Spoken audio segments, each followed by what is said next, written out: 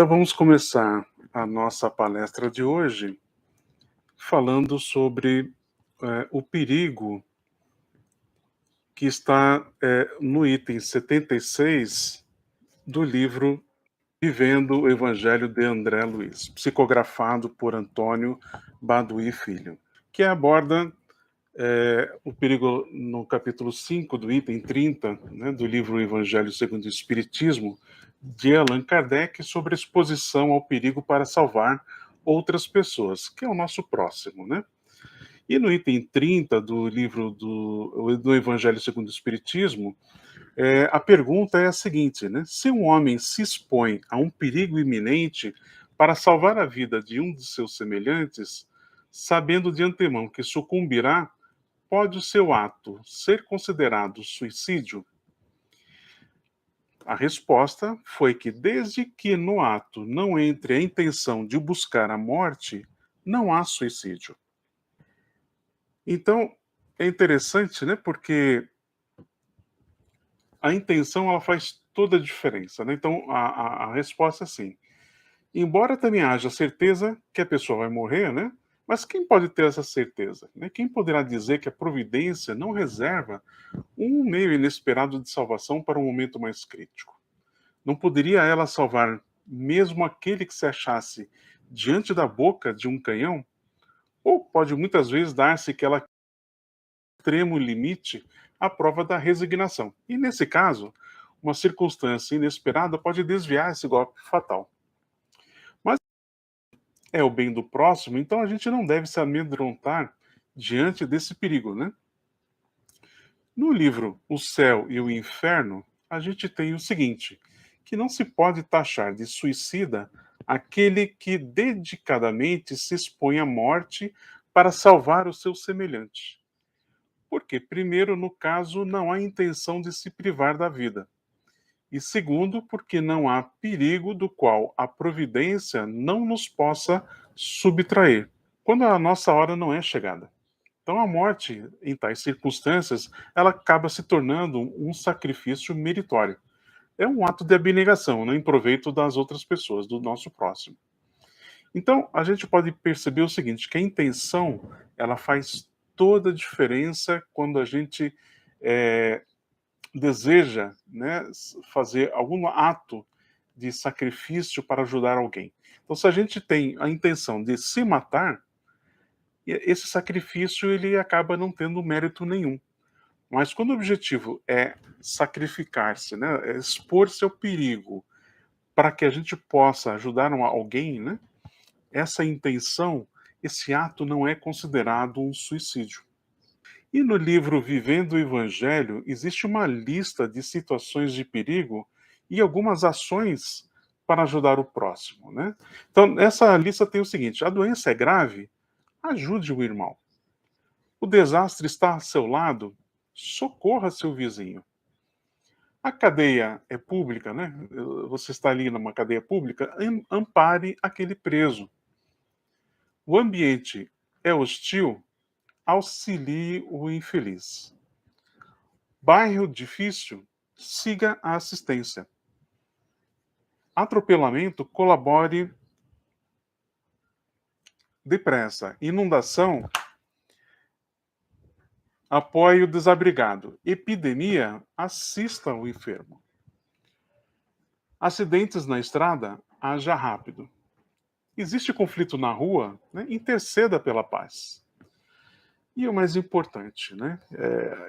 Quando a gente está trabalhando em função do próximo, né? O maior perigo não está no mal em si, mas o bem que você deixa de fazer para outra pessoa. Esse é um dos maiores males que nós temos. Mas então, o que a gente pode entender por mal? Né? A gente pode dizer que o mal é a ausência do bem, né? Como o frio é a ausência do calor. Assim como o frio não é um fluido especial, o mal também não é um atributo distinto. Um é o negativo do outro. Então, onde não existe o bem, forçosamente existe o mal.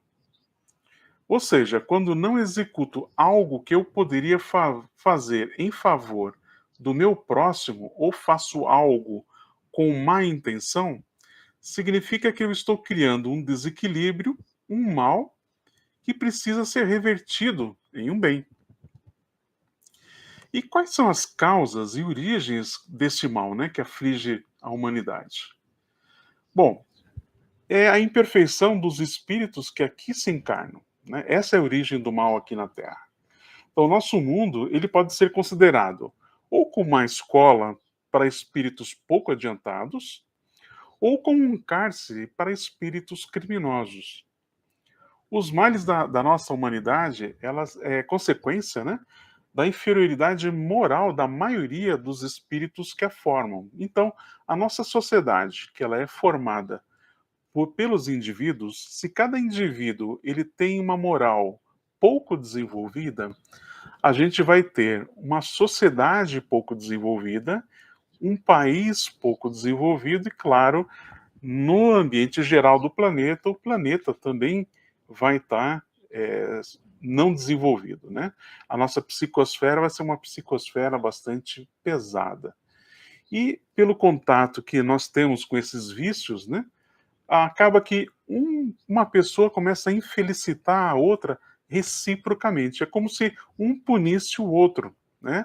É um ciclo vicioso, né? E como é que a gente começa a trabalhar isso, né? Então, primeira coisa, né? Tomar consciência, né? Que nós precisamos melhorar o indivíduo. Então, a primeira pessoa que a gente vai melhorar somos nós mesmos. O que a gente já falou há muito tempo atrás sobre a reforma íntima, né? E aí algumas pessoas pensam o seguinte: tá, mas se eu não fiz o mal, mas assim, aquele mal que aconteceu acabou me ajudando de alguma maneira. Eu tenho responsabilidade sobre esse mal que eu não fiz, mas que eu recebi os benefícios, né? E a resposta é sim, né? Aproveitar-se do mal é praticamente participar dele. E se você não realizou um bem ou você anulou aquele mal, você está compactuando com aquele mal, mesmo que você não tenha desenvolvido a ação. Então, somente não é fazer o mal, né, que Deus espera de nós. Nós temos que realizar o bem, né? Como é que a gente entende dessa maneira? Imagina o seguinte, que fazer o mal é como se nós estivéssemos perdendo um crédito. Não fazer nada, né, nem o bem e nem o mal, é como se eu não ganhasse nada, é zero, né? E se eu fizer alguma coisa em favor do meu do meu próximo, eu estou amealhando, estou conseguindo um crédito. É como se fosse uma conta corrente, né? Então, se eu fiz o mal, perdi um crédito. Então, a minha conta corrente está menos um, né? Se eu não fiz nada, é zero. Ou seja, eu não estou agregando nada. Eu continuo com a minha conta no negativo. Para eu conseguir anular esse negativo, eu tenho que realizar boas ações. E essa boa ação, eu vou ganhando um crédito. Nesse caso, eu zerei essa conta corrente, né? E a partir do momento que eu começar a fazer cada vez mais o bem, eu vou crescendo o meu saldo espiritual, vou crescendo moralmente. Isso faz com que você transforme a sua vida, né? E um detalhe bem importante, né? O mal, Deus permite o mal para que nós aprendamos com os nossos atos, nosso livre-arbítrio, a realizar o bem. Então, o mal, ele traz na sua essência um remédio. Por quê? Porque a pessoa começa a executar tanta má ação que ela fica saturada e começa a se tornar intolerável. E isso impõe ao homem, né, a necessidade de mudar de vida. A pessoa quer ter uma experiência diferente, não ficar naquele ciclo vicioso. E aí ele começa a se instruir, que é exatamente o que nós estamos fazendo, né? E ele começa a se sentir compelido a procurar um remédio, algo que o tire desse ciclo vicioso. E pela ação do livre-arbítrio, quando ele começa a se instruir, ele começa a perceber o que é o mal, né? Que é um dos problemas principais é a ignorância. A pessoa não percebe que ela faz o mal. E aí aquilo se torna parte do caráter dela, né? E aí o que acontece? Nós temos um hábito, que normalmente é o hábito negativo. Quando a gente se instrui, nós tomamos consciência do mal que nós estamos fazendo ou o bem que estamos deixando de fazer e começamos com pequenas ações para o bem. E nessas pequenas ações a gente vai ganhando alguns méritos com essa prática. Agora, claro, para você estabelecer um hábito leva tempo. E aí você começa a continuamente fazer pequenas coisas do bem e você vai saindo daquele ciclo vicioso para um ciclo mais virtuoso, né? E aí aquela pergunta, né, que pode estar na cabeça da gente: puxa, mas eu não tenho dinheiro para fazer o bem. Posso fazer o bem sem dinheiro? Claro, sem dúvida. Uma palavra amiga, né, num momento difícil do nosso irmão, da nossa irmã, isso é um bem inestimável. Você dá uma palavra para alguém que está prestes a cometer o suicídio, você está trabalhando fortemente no bem, evitando que aquela pessoa passe por um período, né, de suicídio, depois ela vai ter que dar conta daquilo, voltar em situações mais difíceis para o plano terrestre. Você fazendo um ato de simplesmente escutar e dar um bom aconselhamento é muito bom. É como aquela passagem bíblica, né, do óbolo da viúva, né, onde ela entregou a única coisa que ela tinha. E o rico entregou só a sobra do que não faltava para ele. E aí Jesus perguntou: quem fez a maior obra aqui, a maior caridade? Foi a mulher pobre, que entregou tudo que ela tinha, ou foi o rico, né, que fez muito mais do que ela com as sobras daquilo que não lhe faltava? E a resposta é a mulher, é claro, porque ela entregou tudo que ela tinha. E ela exercitou um sacrifício muito maior do que aquele rico. Perceba, o rico ele entregou mais resultado, mas ele não fez o sacrifício que a nossa irmã mais pobre fez. Então, o mérito dela é maior, nesse caso, do que o nosso irmão que praticou esse bem. Os dois vão ganhar mérito, não tenha dúvida, mas a nossa irmã vai ganhar um mérito muito maior. Muito bem, nós não somos perfeitos, né? E esse é um ponto que é super importante, porque apesar de não sermos perfeitos, nós estamos nesse exato momento buscando o nosso aperfeiçoamento. E dentro disso, né, nós estamos começando a dar conta, né, do que é o bem, o que é o mal.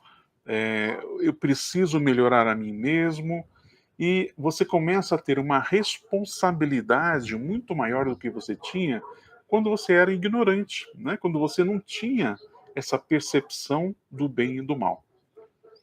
E um dos pontos que Jesus trouxe, né, é, foi o seguinte: quando a gente se instrui mais, a nossa responsabilidade aumenta e nós temos que dar conta das nossas ações. Então, voltando para o nosso tema, né? Então, em um perigo iminente, o que eu devo fazer? Bom, num perigo iminente, né, você tem uma situação que você pode passar com dois gatilhos, tá? O primeiro gatilho é o gatilho da quando a pessoa vê alguém em perigo, né? É, o instinto, né? Aquilo que a gente herdou dos nossos ancestrais animais, né? Quando a gente vê, por exemplo, uma pessoa numa situação de um perigo iminente, uma criança caindo de uma sacada, por exemplo, a gente reage, né? E isso daí é um instinto de autopreservação. A gente não pensa, a gente vai lá e age, né? Esse é um gatilho. E aí a gente usa aí a emoção. O segundo gatilho é o gatilho da razão. E esse gatilho da razão, ele faz com que a gente comece a exercitar um sentimento de empatia, ou seja, você se coloca no lugar do outro, você percebe o quanto aquele mal vai agir sobre aquela pessoa e você toma uma ação para minimizar esse sofrimento ou esse problema, ou até para resolver aquele problema, né? E aí o gatilho, né, é não é emocional, né, é racional. Então nós temos a autopreservação, que é o sentimento, que é a ação que você toma sem colocar, vamos dizer assim, numa balança se você está fazendo certo, mas você está tentando ajudar aquela pessoa na sua autopreservação, ou você utiliza a tua razão para você começar a entregar o bem para uma outra pessoa, como se estivesse entregando para você mesmo, né? Então, perceba, né? Uma pessoa que começa a agir dessa forma, ajudando as outras pessoas, ela está saindo daquele ciclo da animalidade, do orgulho, né? Da vaidade, da cobiça, que leva à crueldade e que transforma o nosso planeta com essa psicosfera super negativa que nós temos hoje. E quando a gente começa a trabalhar esse nosso sentimento negativo, né, para transformar ele num sentimento positivo, a gente começa a ter forçosamente, vocês vão notar que a pessoa ela se transforma, ela começa a exercitar mais a humildade, mais a simplicidade, a fraternidade, ela começa a perdoar mais as outras pessoas, né? E ela começa a levar para as outras pessoas a felicidade. E essa felicidade, ela é interessante porque a partir do momento que você está entregando a felicidade para outras pessoas, você está pavimentando a sua felicidade futura. Tudo aquilo que você está fazendo hoje, ele vai contar para você mesmo no futuro. Ele vai ser o seu advogado quando de repente você estiver numa situação é, que você é colocada, né, num julgamento, né? Todo bem que você faz retorna para você de uma outra maneira. Isso é interessante por quê?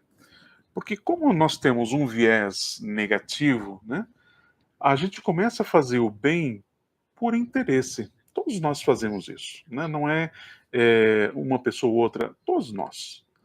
Nós começamos a fazer o bem para poder receber o bem.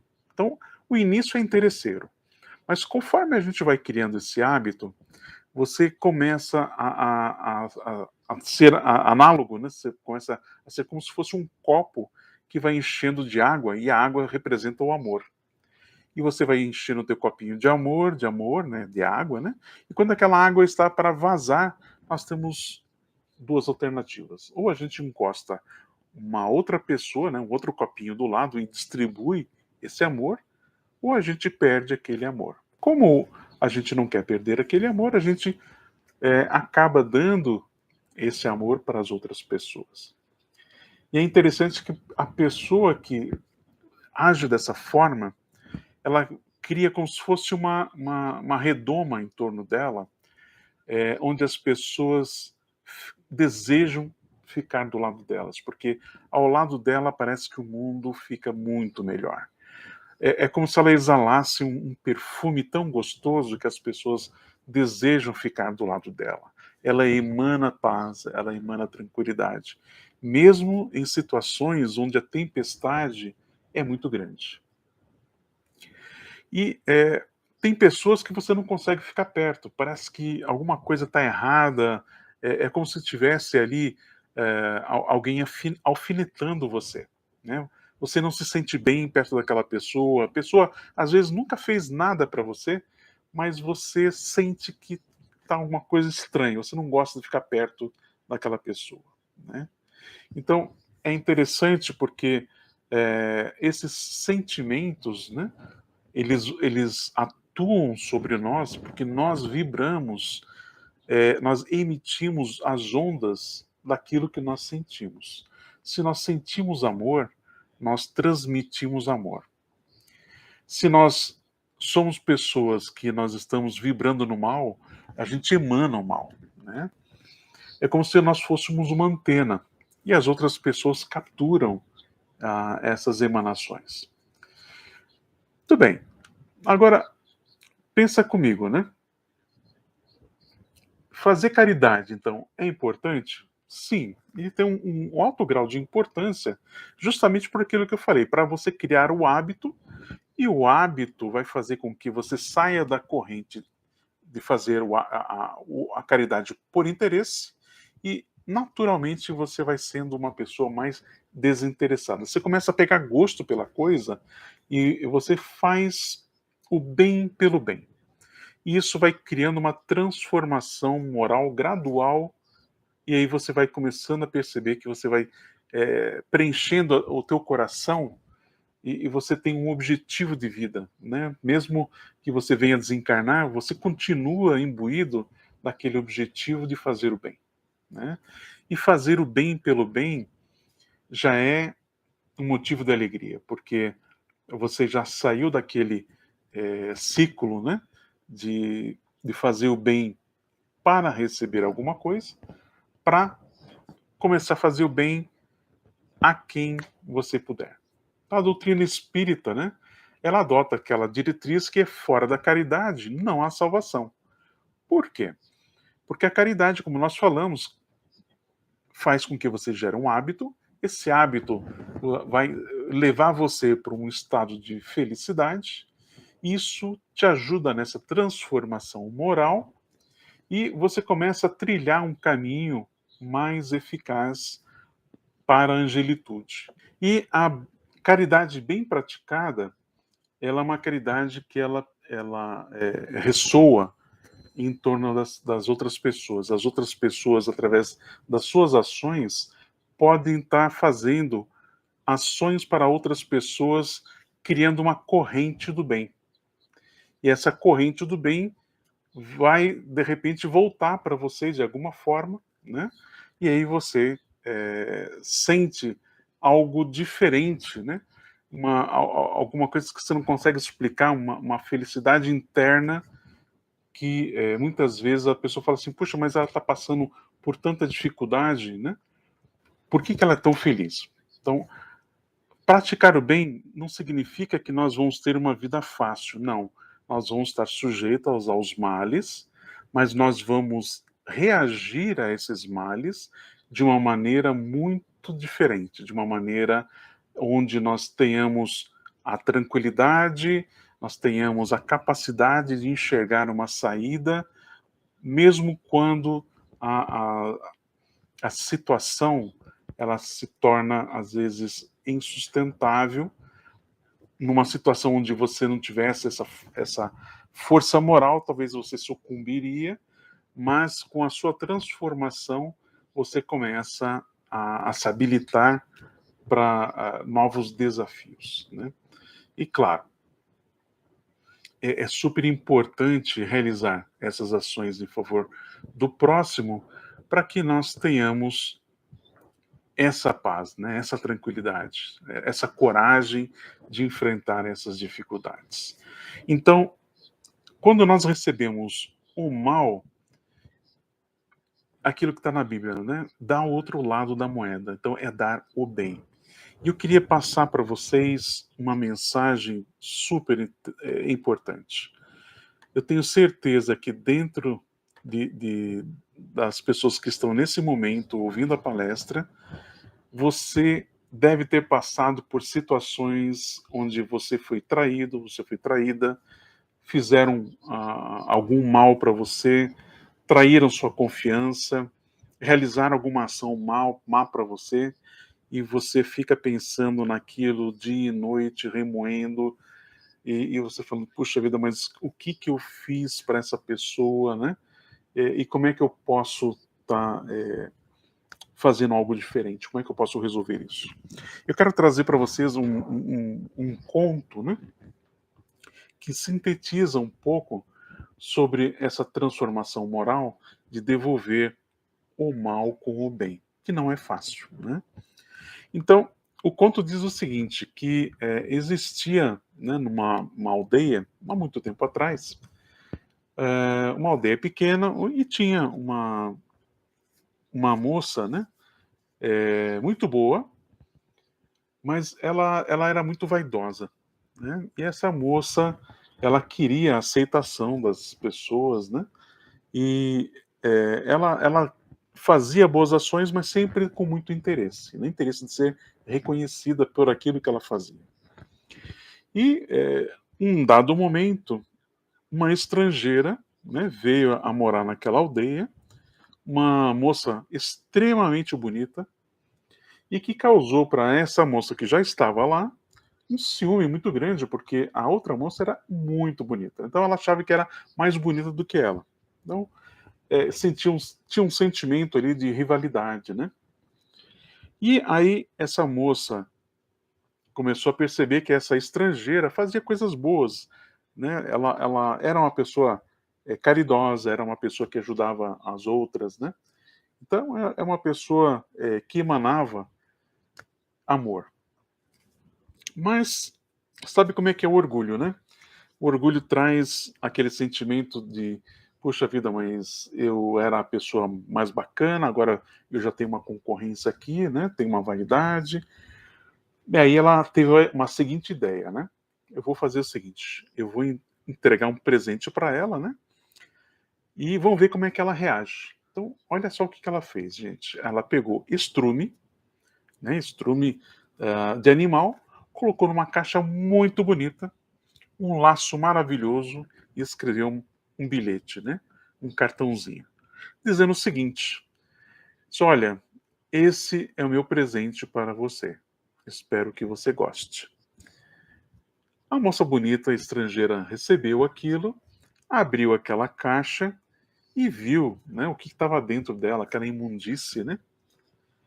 O que ela fez? Ela pegou aquele estrume, né? Distribuiu nas suas roseiras, usou como fertilizante, cultivou essas rosas muito bonitas, limpou bem a caixa, deixou ela bonitinha, colocou as rosas dentro da caixa, da mesma caixa que ela recebeu dessa outra moça, né?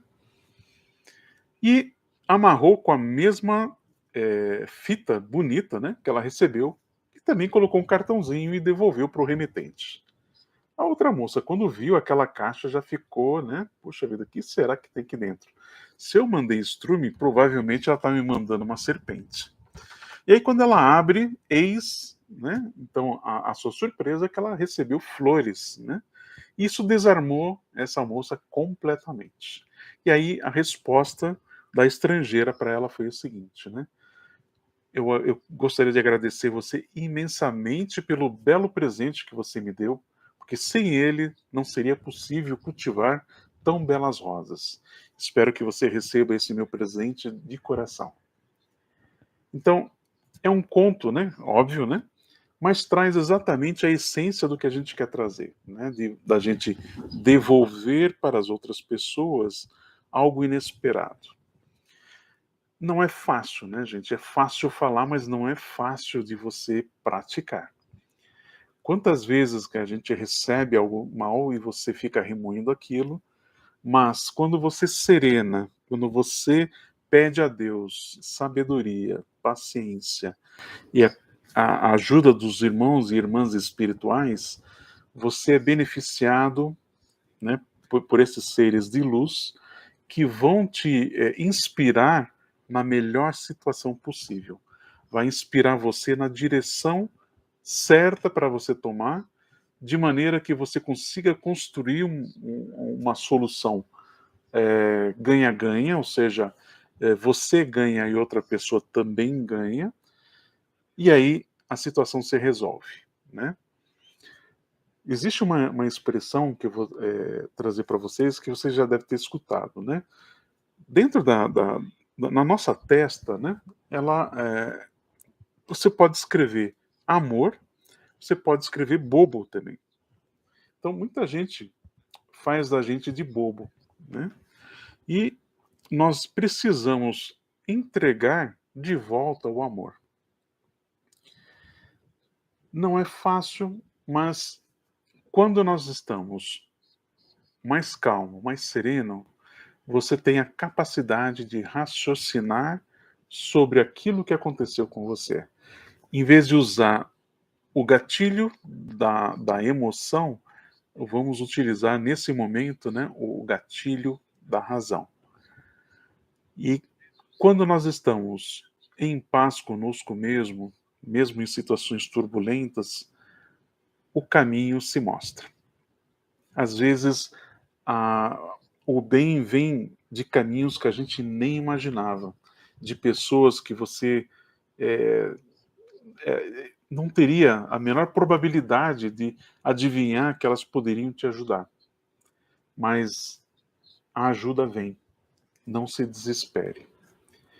É extremamente importante a gente confiar que num perigo iminente, numa situação onde a gente às vezes não enxerga uma saída, a saída pode ser o irmão que está do teu lado, a tua esposa que pode te dar um bom conselho, um desconhecido na rua que de repente captura o teu sentimento para poder você conseguir ter uma visão diferente, né? Às vezes uma pessoa de fora consegue analisar muito melhor do que a gente. Normalmente a gente está dentro, muito profundo, né? Muito arraigado dentro daquele problema e não enxerga as alternativas que estão à nossa disposição. Muito bem. Eu queria trazer para vocês, então, uma oração para quem gostaria de escapar de um grande perigo. E essa oração ela começa assim: Meu Deus, meu anjo guardião, agradeço-vos o socorro que me destes no perigo que me ameaçou. Que esse perigo seja uma advertência para mim e que me esclareça sobre os motivos que o atraíram para a minha vida. Compreendo, Senhor, que ela está em vossas mãos e que podeis retirá-la quando quiserdes. Inspirai-me através dos bons espíritos que me assistem à ideia do bem empregar o tempo que me concedestes nesse mundo. Meu anjo guardião, sustentai-me na decisão de corrigir os meus erros e fazer todo o bem que estiver ao meu alcance, a fim de chegar ao mundo dos espíritos com menos imperfeições, quando aprouver a Deus me chamar. Então, eu queria trazer essa reflexão para vocês, para que vocês, se vocês estão passando por um momento de dificuldade, né, vocês estão sendo injustiçados, converse com os irmãos espirituais, com aqueles que são superiores. Eles têm o maior prazer em nos ajudar. Eles querem ver a nossa vitória e não a gente responder o mal com o mal. Não se perturbe. Leve isso para a sua reflexão dessa semana. Eu tenho certeza que se você está passando por um momento difícil, ao conseguir fazer essa meditação, ao pedir ajuda a Deus, você será atendido, você será atendida. Muito bem, chegamos então ao final da nossa palestra e eu gostaria de convidar pessoas que gostariam de aprender a, a doutrina espírita. Nós temos às segundas-feiras, das 20 às 21 horas, o estudo sistematizado da doutrina espírita, o ESD 1, 2 e 3, e também o estudo da obra Evangelho segundo o Espiritismo e o estudo da mediunidade, né? Às terças-feiras, nós temos a nossa palestra pública, como nós estamos fazendo hoje, né? E também tem um estudo sistematizado para os jovens entre 18 e 21 anos. Às quintas-feiras, nós temos o estudo da série de André Luiz. Aos sábados, nós temos a palestra pública, né? E temos também a evangelização infantil e a mocidade espírita. Nós teremos o retorno, né, dos trabalhos daqui a pouco, está sendo todo preparado, né? Daqui a pouco será divulgado, né? E a intenção é que a gente também mantenha o canal digital, para que nós tenhamos pessoas que estão longe, mas que se interessam pelo conteúdo, né? Se interessam pelo tema, para que possam tirar proveito, né? Dos ensinamentos e da programação que a casa oferece. Eu gostaria de agradecer a todos e desejar a todos vocês um ótimo final de semana, uma semana de muita realização e que vocês possam espalhar o bem e a caridade a todos através das suas ações.